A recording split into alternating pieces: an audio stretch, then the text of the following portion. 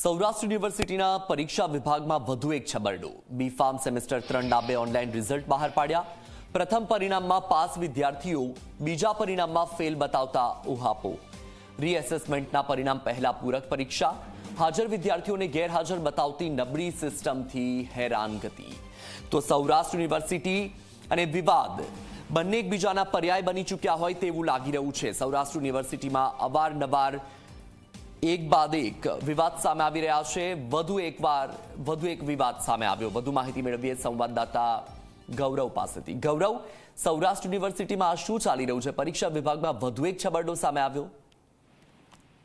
ચોક્કસ જ વત્સલ, સૌરાષ્ટ્ર યુનિવર્સિટી વિવાદોની ક્યાંય બની હોય તે પ્રકારે સૌરાષ્ટ્ર યુનિવર્સિટીમાં અવારનવાર કૌભાંડો અને છબરડાઓ છે તે સામે આવતા હોય છે.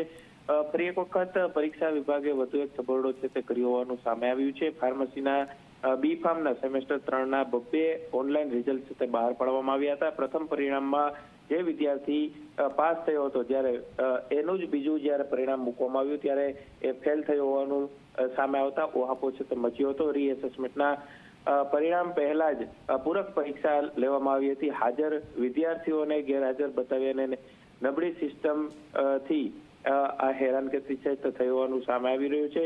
અવારનવાર આ પ્રકારની જે ભૂલો છે તે પરીક્ષા વિભાગની સામે આવતી હોય છે ને તેને કારણે વિદ્યાર્થીઓએ હેરાન પરેશાન છે તે થવું પડતું હોય છે. તુષાર ડોડિયા નામનો જે વિદ્યાર્થી છે તેને જણાવ્યું હતું કે પ્રથમ સેમેસ્ટરનું જ્યારે અને ત્રીજા સેમેસ્ટરનું પરિણામ આવ્યું ત્યારે તે ઓનલાઈન રિઝલ્ટ જાહેર કરવામાં આવ્યું હતું ત્યારે તે પાસ થયો હતો. જ્યારે પ્રથમ સેમેસ્ટરની હાર્ડ કોપી અને ત્રીજા સેમેસ્ટરનું ઓનલાઈન જોવા મળ્યું ત્યારે તે નાપાસ હોવાનું સામે આવ્યું હતું.